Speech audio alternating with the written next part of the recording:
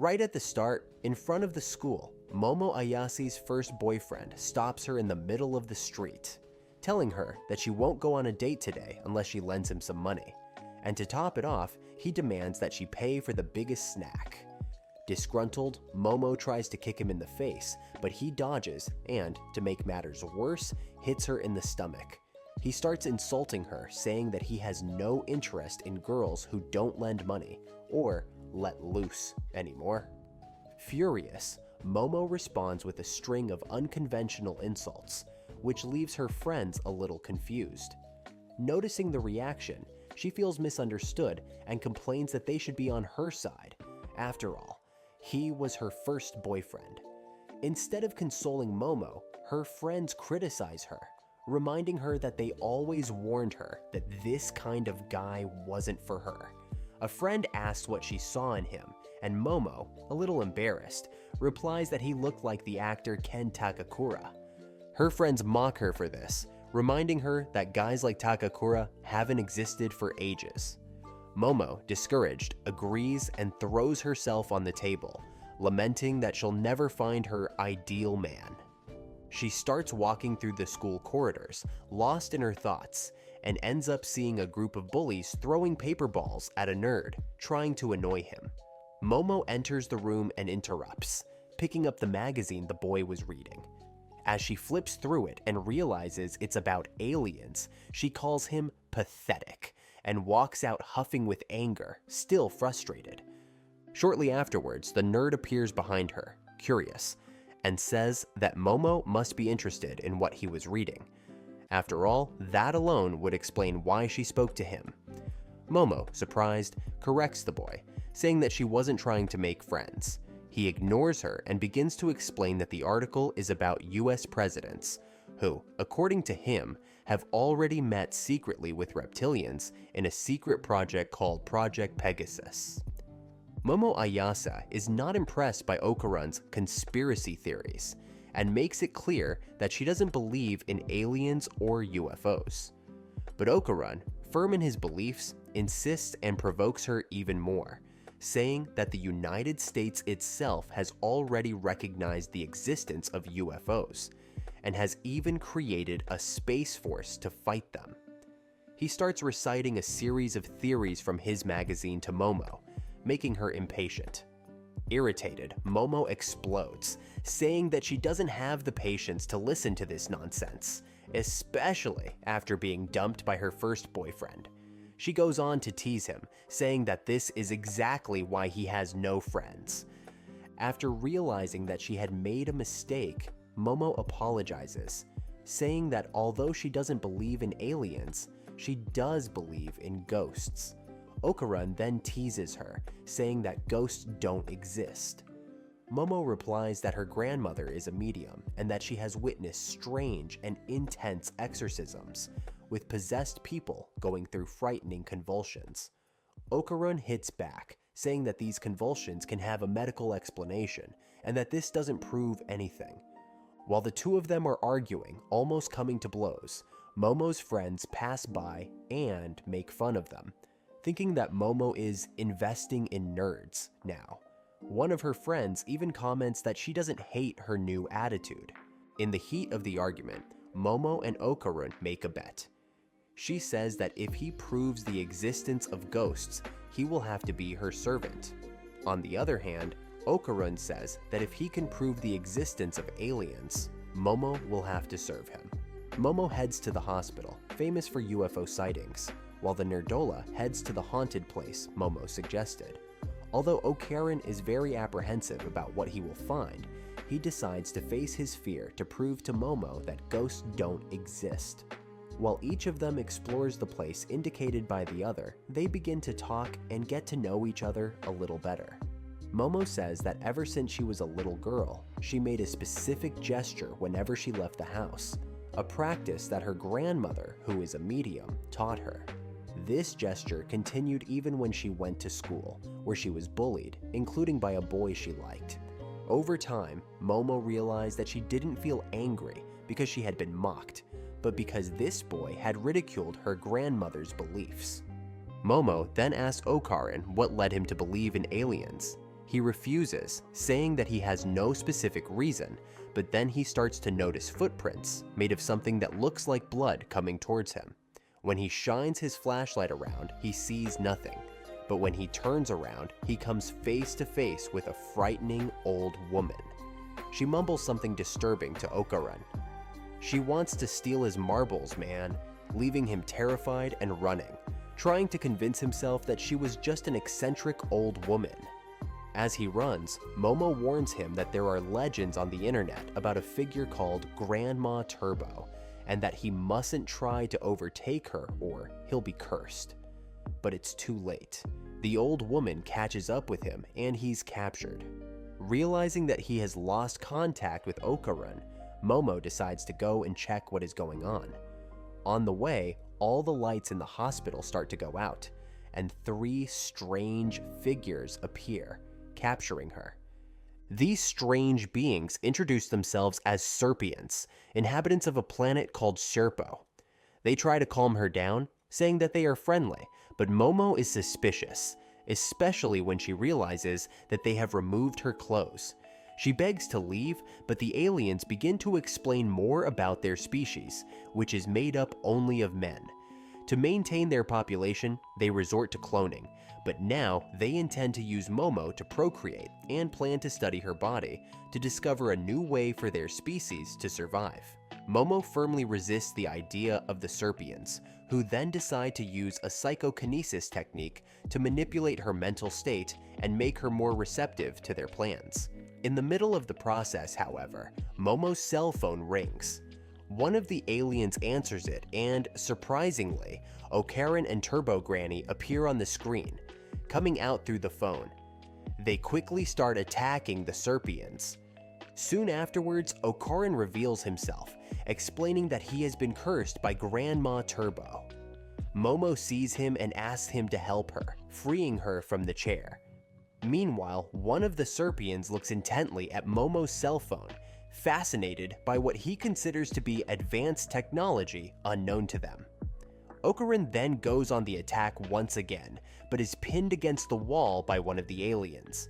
In an attempt to calm the situation, Okaran tries to negotiate, saying that he will do anything to get Momo to leave him alone. However, the Serpients reject him, saying that they prefer less violent humans and have a preference for women, not men. So they go back to using psychokinesis to try to control Momo's mind.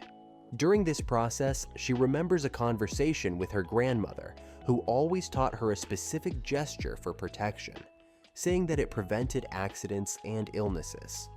Thinking of the mockery she suffered for following these family beliefs, Momo rebels and decides that she will never repeat the gesture, rejecting her grandmother's traditions. However, as she tries to push these memories away, Momo realizes that her mind continues to resonate with the power of that ancient tradition.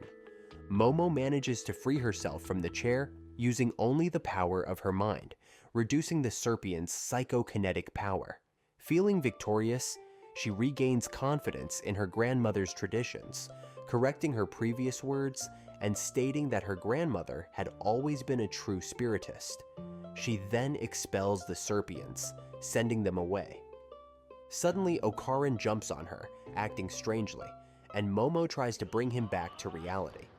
Realizing that he won't get better, Momo performs a purification, separating Granny Turbo's spirit from Okaran's body. Even with the separation, the curse remains, and Turbo Granny explains that she took his cucumber, which means that he is still cursed. She challenges Momo, saying that if she wants her cucumber back, she must meet her in the tunnel. Granny Turbo leaves, ignoring Momo's requests to return what belongs to Okaran. Seeing the Serpient's ship crash to the ground, Momo admits that she now believes in aliens, while Okaran, for his part, says that he believes in ghosts, since he was cursed by one. Determined to get his precious cucumber back, Okaran wants to go to the tunnel immediately, but Momo insists on going along, explaining that he could lose control if the effect of his psychic power wears off. She instructs him to put on his clothes, but Okaran says that it's she who needs to cover up, as he can't face her like this. He makes a comment that he's kind of a weird guy, which reminds Momo of the phrase used by Ken Takakura, her favorite actor. She tries to disguise her sudden excitement and asks him his name. The boy reveals that his name is Takakura Ken. Momo is incredulous when she hears the name Takakura Ken and doubts that the boy is serious. However, he insists and reaffirms his name, leaving Momo even more surprised. She accidentally kicks him and makes him temporarily lose control of the curse, but he soon regains it. To avoid further confusion, Momo suggests that he doesn't use his real name when they are close, proposing the nickname Okarun, as it matches his fascination with the occult. Although he finds it strange, he decides to accept and introduces himself as Okarun when he is with her. As they continue, Momo realizes that it's already dawn and is relieved, as she believes that Grandma Turbo won't attack them during the day. She invites him to her house, but warns him that her grandmother is strict with boys and has almost eliminated her ex-boyfriend. When they arrive at the shrine, Okarun tries to enter, but an energy barrier stops him and he almost catches fire. Momo quickly notices an amulet on the pillars and, after deactivating the barrier, asks him to try again, assuring him that if he starts on fire, she'll throw him in the river. Reluctantly, he approaches slowly and, realizing that he is safe, finally enters. Momo laughs as she sees his hair stand on end from the shrine's energy, while he complains, asking for a little more empathy, as he has just faced great danger. Moving on, Momo calls her grandmother, but notices that the house is empty. She invites Okarun in, asking him to stay away while she changes. However, the curse strikes again, and he accidentally enters the room. Momo, already changed, offers him a coat and mentions that he should take a look at himself, remembering that Grandma Turbo cursed him and took something important from him. Taking a look at where his cucumber should be, Okarun despairs, realizing that he really has nothing. Momo insists on seeing, but he, totally embarrassed, shouts that he won't show anything. Momo, laughing, comments that he has nothing left to hide, and that he doesn't need to worry so much. Okarun, frustrated, accuses her, saying that if she hadn't made that bet, none of this would have happened. Momo corrects him, saying that he was never interested in these stories from the start. She reminds him that he was the one who kept talking about it, so deep down, he's also responsible for what happened. At this point, Okarun opens up and admits that he only continued the conversation because he was eager to make a friend, since he'd never had one before. He explains that he made an effort to interact with Momo, but soon realized that her world is totally different from his. Feeling out of place, he apologizes for involving her in this complicated situation, saying that she can ignore him once they've sorted it out. Momo replies that Okarun's tendency to jump to the wrong conclusions about others is what makes him push people away. She asks him to stop asking her to ignore him, as he still wants to talk about these nerd things. Okarun, uncomfortable, turns his face away, and Momo keeps pressing until he explodes, calling her reckless for exposing his weaknesses like that. In the middle of their discussion, they are interrupted by the sound of a doorbell. Okarun deduces that it is Momo's grandmother arriving, but Momo finds the noise strange, as she has never heard that bell before. She then remembers something her grandmother told her. The shrine has two bells, one for humans and one for evil spirits. Remembering this, Momo realizes that by removing the talisman from the entrance, she has left the place vulnerable. Okarun panics and asks what they should do. Momo takes the talisman and decides to put it back on the pillar. If it's an evil spirit on the other side of the door, it will burn when it enters. Okarun, fearing that he too will be burned, quickly moves away, while Momo scans the room for the spirit. Suddenly, they find themselves trapped in the shrine by a wall that covers the whole place.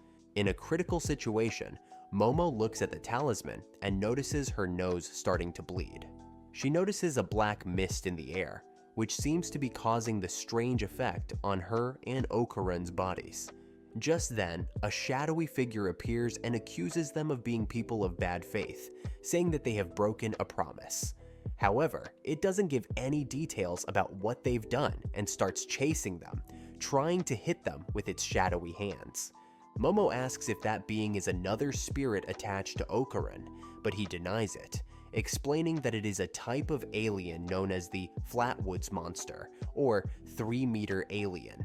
He comments that there are studies suggesting that many people who see psychic phenomena also have a tendency to see UFOs. In other words, Okarun suspects that there may be some connection between ghosts and aliens. Noticing the creature in front of them, Momo realizes that it is related to the aliens they saw the night before. Desperate, she looks for something to dispel the poisonous mist that surrounds them, because if they keep breathing it, it's only a matter of time before they are severely weakened. Momo comments that she can't use her psychic powers properly, while she's still keeping the curse under control in Okarun's body. Suddenly, Okarun regains consciousness, but notices that his left arm looks different. Seeing no other option, he decides to confront the creature directly, asking Momo to release his curse. She asks him why this sudden change, and he explains that if the enemy really is an alien, he won't hesitate to face it. He therefore insists that Momo release the curse, while still maintaining control over his mind. Momo is reluctant, explaining that she doesn't have a perfect command of her powers to fulfill his request at this level. But, seeing Okarun's determination, she decides to collaborate, even without guarantees. As soon as the curse is activated, he feels his body overflowing with immense power. On the other hand, he also begins to feel strangely depressed, uttering melancholy phrases. Despite this, he continues to prepare for the fight. When the enemy attacks by surprise, Okarun's body automatically dodges, avoiding the evil spirit's blow. Seeing this, Momo feels a growing sense of relief. Maybe now they really do have a chance of winning this battle. Suddenly, Okarun starts to feel strange, as if he's feeling sick, and the evil spirit takes advantage of this weakness to attack him, throwing him towards Momo in her human form. Okarun apologizes, explaining that his body can't cope with the overload of power from the curse. It's more than he can bear. And to make matters worse, he realizes that he has only managed to slightly injure the spirit, hitting only its fingers. This makes him think that victory is further away than ever. Observing the spirit's movements, Momo notices that it behaves like a sumo wrestler. She quickly formulates a plan. If they can make the spirit touch the ground with their hands, they can beat it, following the rules of sumo. With this in mind, Momo asks Okarun to focus on the spirit's feet, while she tries to knock it down with her psychic power. Working together, they manage to make the spirit touch the ground with one of its hands. As expected, that hand disappears, but the monster quickly recovers, returning to its attack position and pressing Momo against the wall. Okarun begins to lose control of the curse again, especially now that Momo is out of combat. Momo then extends her hands towards Okarun, taking control of the curse once again. She then turns her focus to the spirit, saying that he is cheating because, by touching the ground, he should have accepted defeat. Meanwhile, Okarun asks Momo to release the curse completely, saying that her only intention now is to defeat the spirit, regardless of the consequences for her body. But Momo insists, saying that she is already attacking the spirit and asks him to watch, as the spirit's trickery has angered her to the point where she wants to resolve the situation herself. The spirit, also angry, intensifies its attack. Okarun again asks Momo to release the curse so that he can fight the spirit evenly. Despite being in a dangerous situation, Momo stands firm and finally manages to place the talisman at a strategic point, causing the spirit to burn instantly. In this moment of relief, the two embrace. When they open their eyes, they realize that their view of the shrine has returned to normal. Momo feels relieved, as she believed they wouldn't make it out of the battle alive. Soon afterwards, however, Okorin begins to lose control again, and Momo has to activate her power once more.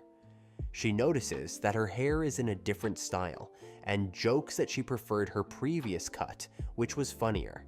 At the same moment, Momo feels dizzy and faints. With that, Okorin loses control again, and the curse of Grandma Turbo takes over his body once more.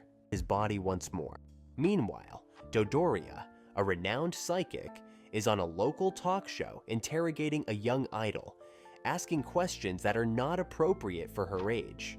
One of the producers wonders if it wouldn't be problematic to broadcast the show in this way, but another producer assures them that they won't have any problems, as the show's audience is limited. After finishing recording, Dodoria takes a cab to leave. The driver recognizes her from TV and, curious, asks if she really has psychic powers.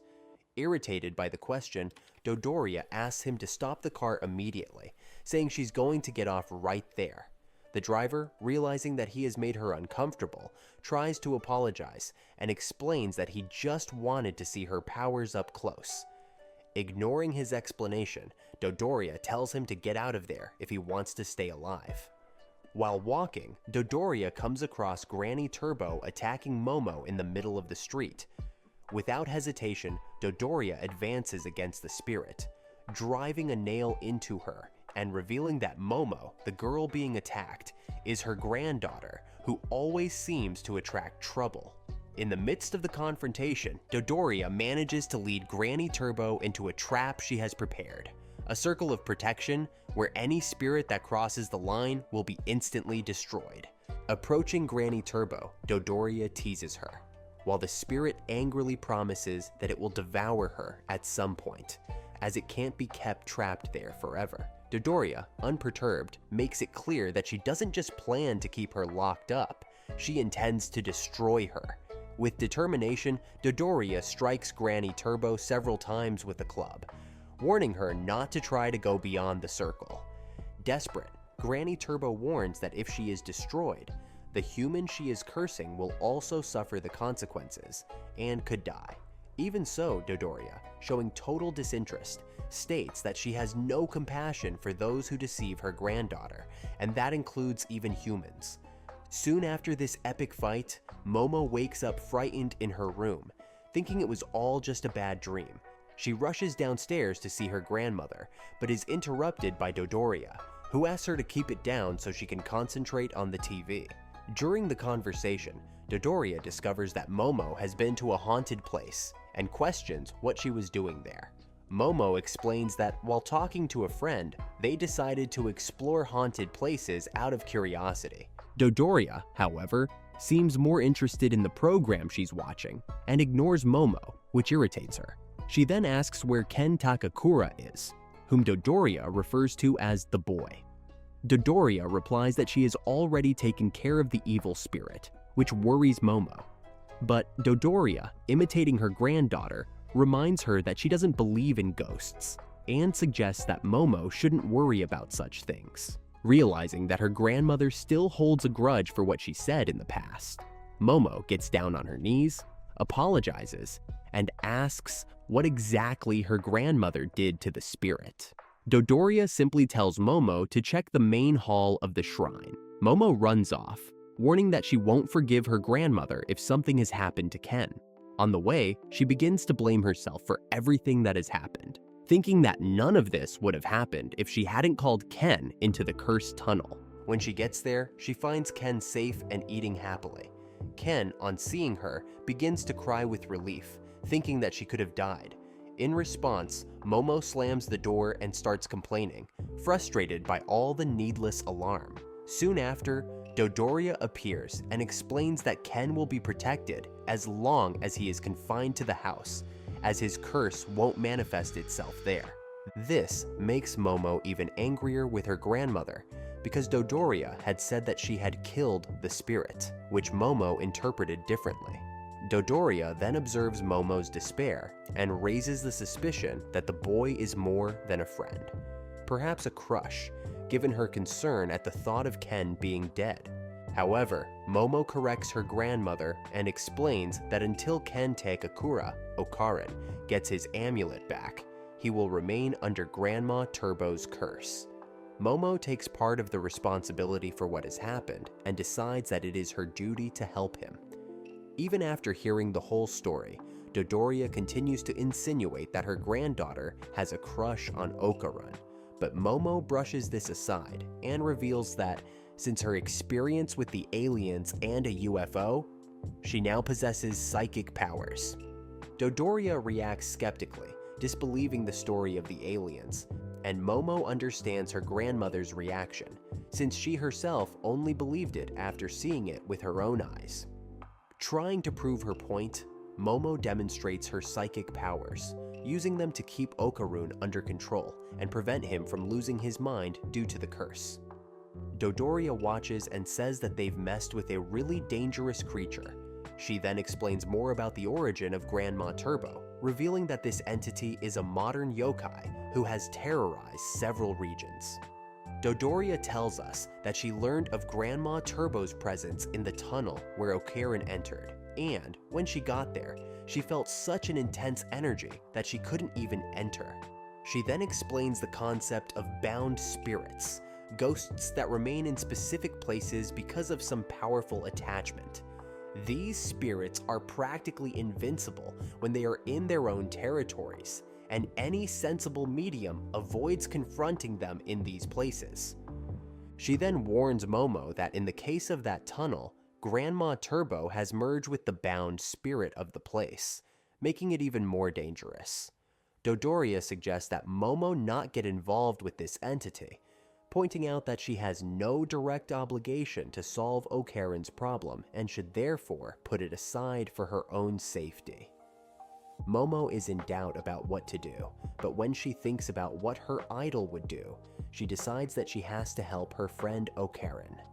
Dodoria, noticing her granddaughter's hesitation, teases her again, insinuating that she really is in love with the brat. Even though she can't dissuade her from going into the tunnel, Dodoria advises Momo to use a tag strategy with Grandma Turbo, since the creature relies heavily on her speed and will accept a challenge if provoked enough. Dodoria, however, warns of a problem. The bound spirit's territory is inside the city of Shono, so Momo will need to lure Granny Turbo out of the city in order to weaken her and stand a chance of defeating her. Momo, realizing the complexity of the plan, admits that her thin legs wouldn't help her run faster than Granny Turbo. She suggests that her grandmother place a talisman in the tunnel, but Dodoria explains that this is not possible, as she can only activate her barrier technique when she is inside the city, where she can borrow the power of the god who protects that place. To get around this, Dodoria suggests that Okaran carry Momo on his back, allowing her to focus on controlling the curse. Okaran, however, reveals that he can only run at high speed twice before he needs to rest. Upon hearing this, Dodoria decides that he needs to train until he can run non-stop. She then gives Okaran a strict training schedule and suggests that Momo train his psychic powers even more, as he will need at them to keep up with him. At the end of the instructions, Dodoria tells them to get a good night's rest, as the intensive training will begin the next morning. As he begins his training, Okaran feels the urge to go to the bathroom. Momo explains that if he goes in, she will lose control over the curse, as the walls will block her psychic powers. Dodoria, curious about how Momo controls the curse, asks how she does it.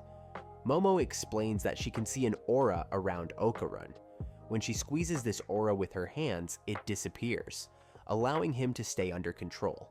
Momo recalls the moment when she first awakened her psychic powers and felt invincible, but when she sees that she can only manipulate small auras, she realizes her limitation and feels discouraged.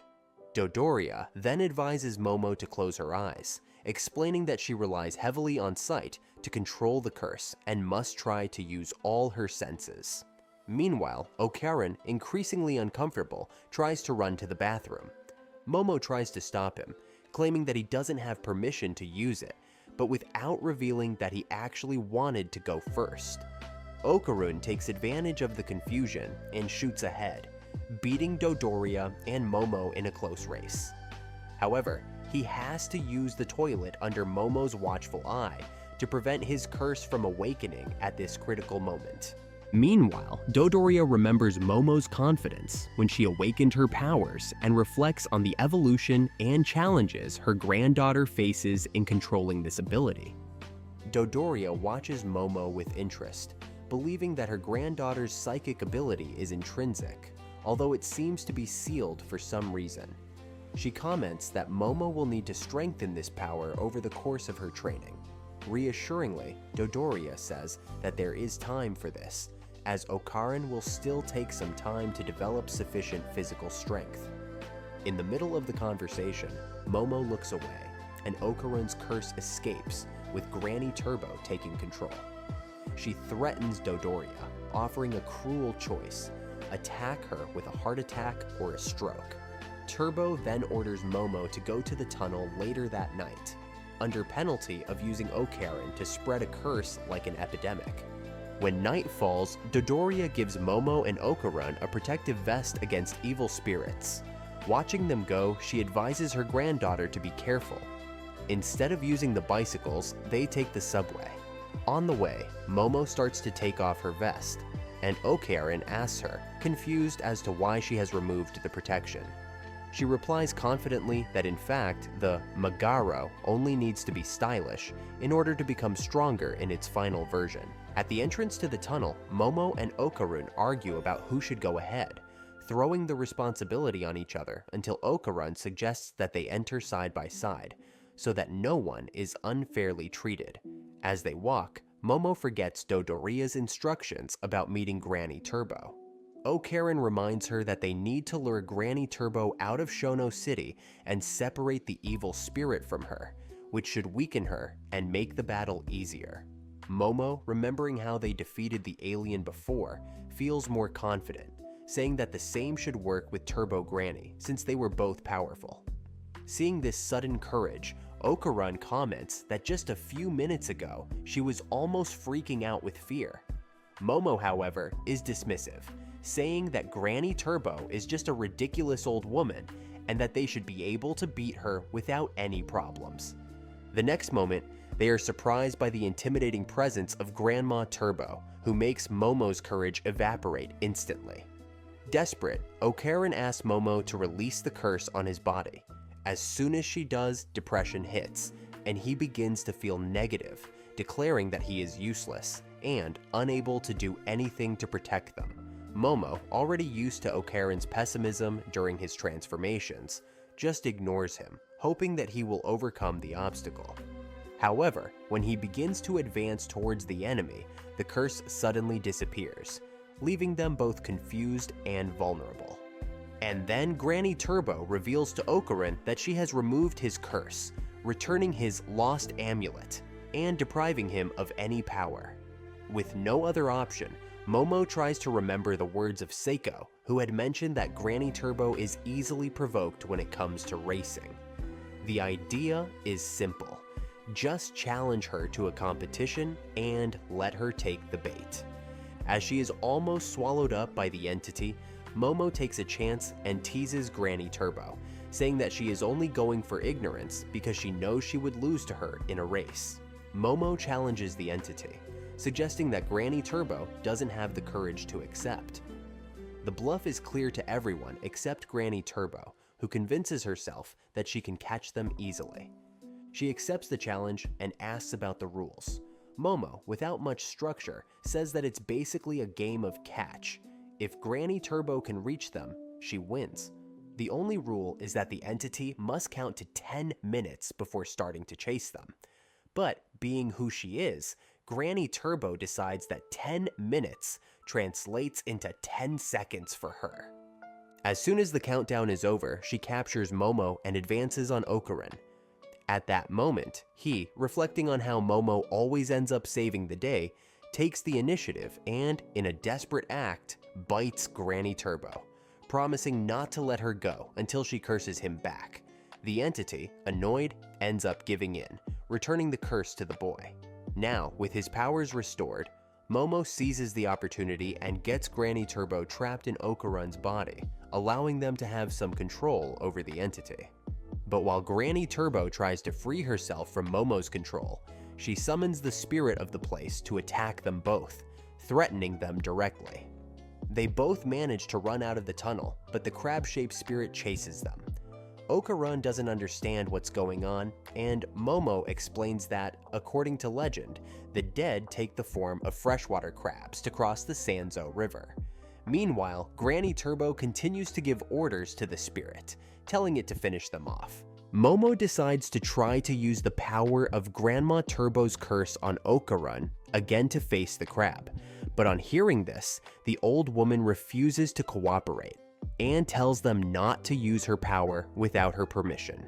Momo, however, holds firm, while Okarun complains about her weight, saying that he won't be able to make the turn because of her weight. The two end up crashing into a guardrail and are thrown off the track and into the city. Before they hit the ground, Okarun manages to cushion their fall, but just then, the giant crab lands next to them, resuming the chase. As they run, Momo notices that the people around them can't see the giant crab. She hopes that none of her friends witness the scene, as they might think she's gone mad. Meanwhile, Okarun begins to lose strength, but Momo encourages him to give it his all. Okarun explains that continuing at this pace won't be enough to get them out of Shono City, as they still have a long way to go, and if they carry on like this, the crab spirit will catch up with them before they can escape.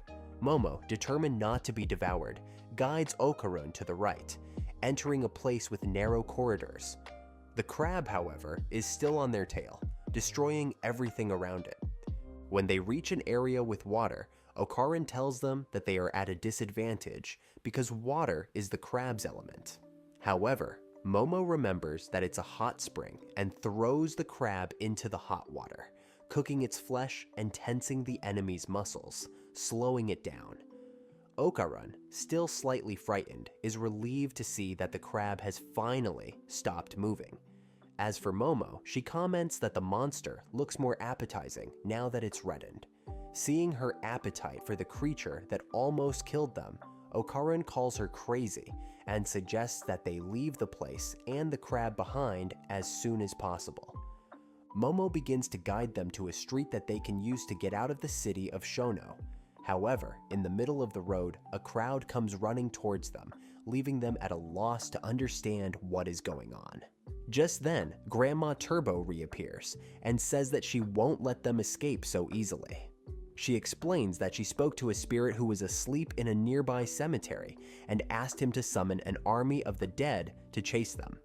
Meanwhile, Momo and Okarun keep trying to flee the scene until, suddenly, Momo stumbles and falls to the ground. Okarun goes back to help her, but Granny Turbo takes advantage of this moment to surround them from all directions. With no way out, Momo asks Okarun to launch a direct attack. He hesitates, realizing that this may not be effective, since the goal is to reach the nearby town. Momo then holds him by the shirt, staring at him seriously, and tells him to give it his all or they'll end up dead right there. Seeing her seriousness, Okarun decides to obey, activating his transformation, while Momo directs him to the right places. They use the giant crab as a lever to launch themselves away from the crowd, returning to the street where they were before. In the middle of the jump, Momo notices that Okarun has returned to his normal appearance, and they both start to fall.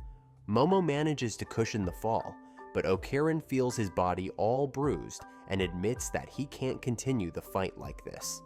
Momo is also in a lot of pain, but asks him to hurry up and get up as soon as possible. In the midst of the confusion, they realize that they lost sight of Grandma Turbo during the crash, and soon she reappears, complaining that she has been underestimated by them just because of her age. Momo admits that the old woman really is an incredible veteran, capable of intimidating even the youngest, and says that he respects her very much.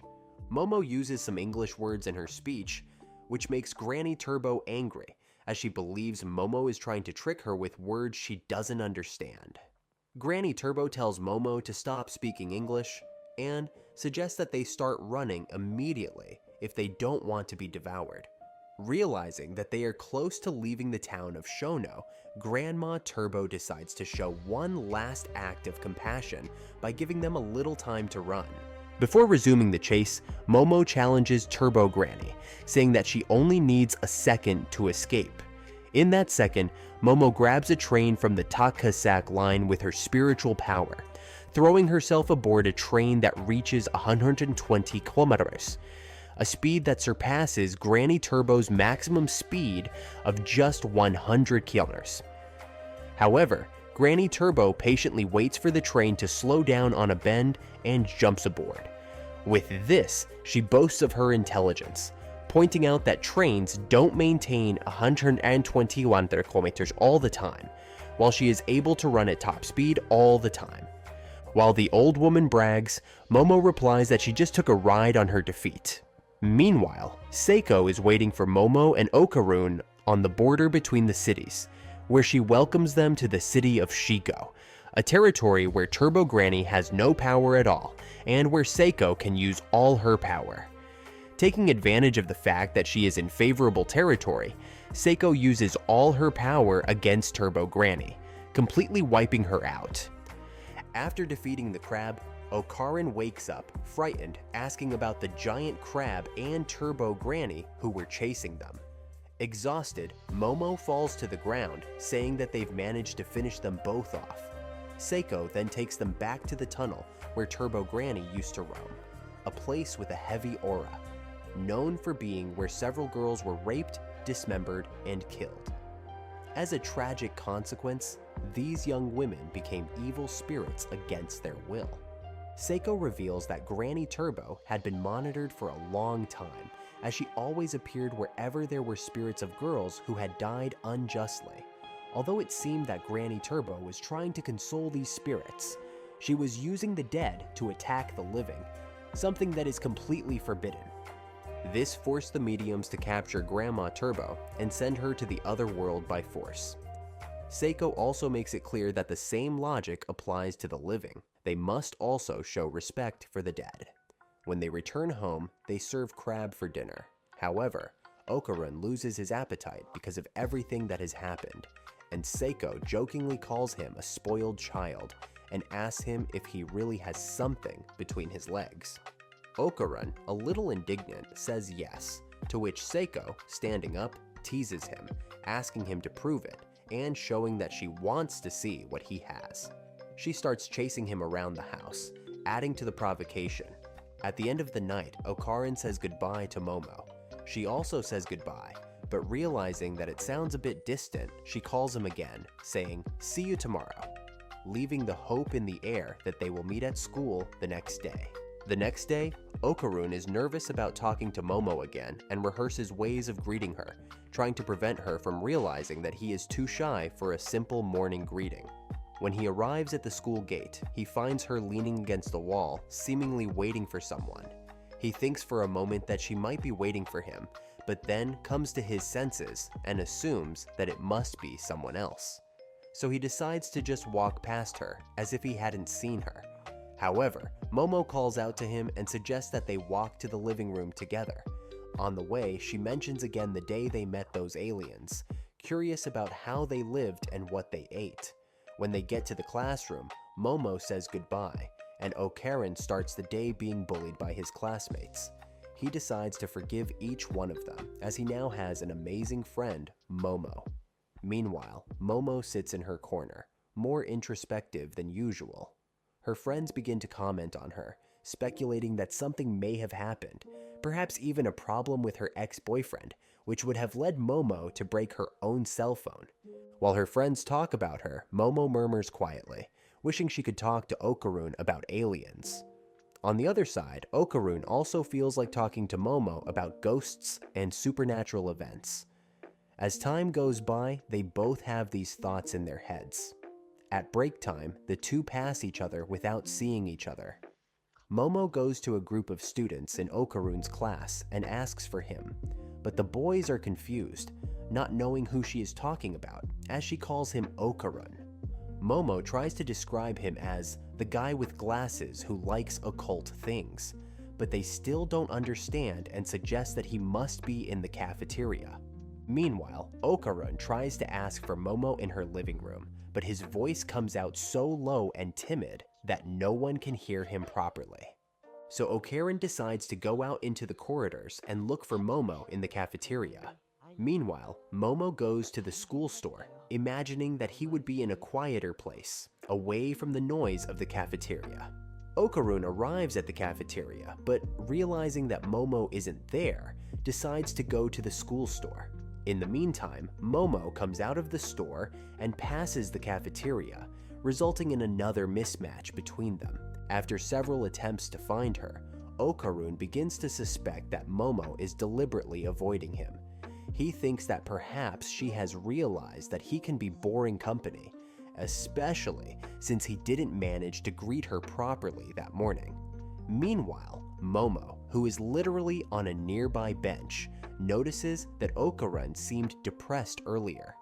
She begins to think that perhaps he doesn't feel comfortable talking to her in this proximity and blames herself for not having considered his feelings more carefully. At the same time, Okarun also feels bad about the situation, wondering if he's just a backup friend for Momo, since she always seems to be surrounded by people. Okarun begins to think that Momo might not even consider him a real friend. As the two walk in opposite directions, immersed in their thoughts, they bump into each other and accidentally kiss. Surprised, Momo asks what he's doing there, and Okarun explains that he's been looking for her all this time. Momo, surprised, reveals that she was also trying to find him. Confused, Okarun admits that he thought she was avoiding him, to which Momo replies that she thought the same about him. The situation gets even more awkward when Momo's friends show up, and, upon seeing the kiss, start pointing and commenting. They joke that Momo was acting strange precisely because she was looking forward to meeting Okarun. Feeling embarrassed, Momo and Okarun start arguing and belittling each other, ending with each going in opposite directions, promising not to speak to each other again. As Momo's two friends watch the scene, they comment that, despite everything, the two seem to get on better than they imagined. Later, Okarun reflects and realizes that he got into an argument with Momo on impulse, when in fact, he just wanted to talk to her about ghosts and supernatural phenomena. Determined to apologize, he prepares to try again. Meanwhile, Momo is approached by other girls who want to know more about the mysterious boy they saw her with. One of her friends reveals that he's a nerd with bottle-bottom glasses, causing everyone to laugh. Suddenly, Okarun appears in Momo's room, still reflecting on a revelation he had in the bathroom. He asks to talk to Momo immediately, but she makes it clear that she doesn't want to talk to him anymore and tells him to leave.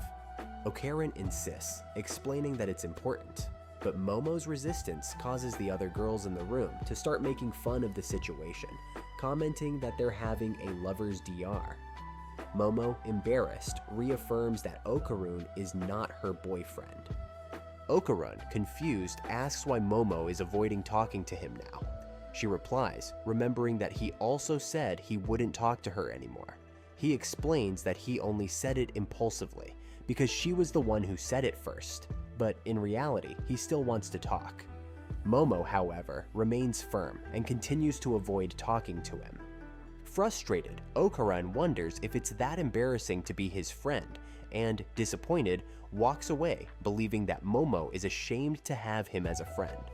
On the way out of school, a girl bumps into Okarun and starts apologizing, touching him in a rather exaggerated way. He becomes visibly tense and tries to walk away, but the girl continues to follow him, saying that he is very kind. Momo, walking down the corridor, sees Okarun with this new friend and finds it strange, since he had said he had no friends apart from her. As soon as the girl walks away, Momo hears her telling a friend that she managed to make the nerd fall in love quickly. She mocks Okarun, saying that he would never have a chance with another pretty girl like her in the future, and that she is doing him a favor by letting him dream. Outraged by these absurdities, Momo uses her power of telekinesis to drop an iron bucket on the girl's head, who collapses instantly. Seeing the situation, Okaran tries to run to help the girl, but Momo holds him back and calls him to go home with her, saying that a person as shallow as that would never understand his true charm. On the way home, Momo apologizes to Okaran, admitting that she acted like an idiot. She explains that she panicked when the rumors about the kiss started spreading among her friends, and that's why she ended up acting as if she was ashamed of him. Okaran forgives her without hesitation, saying that he's not at all bothered by the situation. In fact, he's happy that they've reconciled. Having said that, Okaran changes the subject and asks what really happened to Grandma Turbo, since he fainted in the middle of the fight. Momo explains that they managed to defeat her, said a prayer, and what's more, his curse was broken, with everything returning to normal. However, he quickly corrects him, saying that despite this, his balls are still missing, which makes Momo burst out laughing. They decide to go to Seiko to try and solve the problem. Listening to Okaran, Seiko comments that this is why he didn't notice it was missing before, and he explains that he was so focused on the fact that the stick was back in place that he forgot about the rest. Momo jokes that, given its size, stick is an exaggeration, and that it looks more like a pencil. Okaran, embarrassed, is speechless. To help, Seiko prepares a ritual and gives Okaran a gentle slap on the back. At that moment, Momo notices that his aura changes for a moment, so Seiko instructs Momo to remove the aura as soon as it transforms. When Momo does this, the talisman on the stuffed cat they were wearing starts to burn, and the cat runs out of the house. Momo tries to stop it, but it escapes, insulting everyone while claiming that it will kill anyone who tries to stop it from running away. As soon as Seiko appears, she quickly realizes that the spirit is still Grandma Turbo, which confuses everyone, since Momo and Okaran had already defeated the entity some time ago and sent it to the afterlife. Grandma Turbo, feeling underestimated, says that she would never be defeated by two brats like them. She explains that, while burning under the barrier technique, she took the opportunity to infiltrate Okaran's body again, completely erasing his presence to avoid detection. Her plan was to hide until her spiritual power had fully recovered, allowing her to return to take revenge and finish what she had started. Momo, surprised, recalls that they had already eliminated Grandma Turbo, but the spirit denies defeat, making it clear that the battle isn't over yet. Noticing her confidence, even if it is weakened, Momo wonders if Granny Turbo understands that they are now in control. When Okaran demands back his balls, Granny Turbo, in a twist, decides to use them as hostages. And then Grandma Turbo, in a masterstroke, reveals that if they try to destroy her, Okaran's balls will disappear forever. She then demands that he take a knife and eliminate Momo and Seiko immediately, promising to return what he has lost if he obeys. This makes Okaran furious, and he suddenly manages to transform, even without any trace of Granny Turbo in his body. After all, only her consciousness has been transferred to a doll, but as Seiko explains, the supernatural powers still reside in the boy. She also claims that only she can restore Granny Turbo's consciousness, leaving the spirit completely in her hands. Momo, in an attempt to resolve the situation peacefully, proposes an exchange. Grandma Turbo returns Okaran's balls, and they return her powers. She even argues, appealing to Grandma Turbo's compassion, mentioning that she knows how much she cared about the girls who suffered and were in that monster. Granny Turbo even seems to be inclined to the idea, but with a mischievous laugh, she admits that she dropped Okaran's balls somewhere, and that she can't even remember where. Okaran is dismayed to realize that, despite having recovered some of it, his bag is still empty. Man, Okaran finally gets his cucumber back, and he's all excited, but he doesn't even realize that the bag is empty. And now the saga begins as he tries to get it all back. So give me a like and subscribe, because I'm looking forward to following this madness with you. Stay tuned for the next episode, episode 6, coming soon here on the channel. Until next time.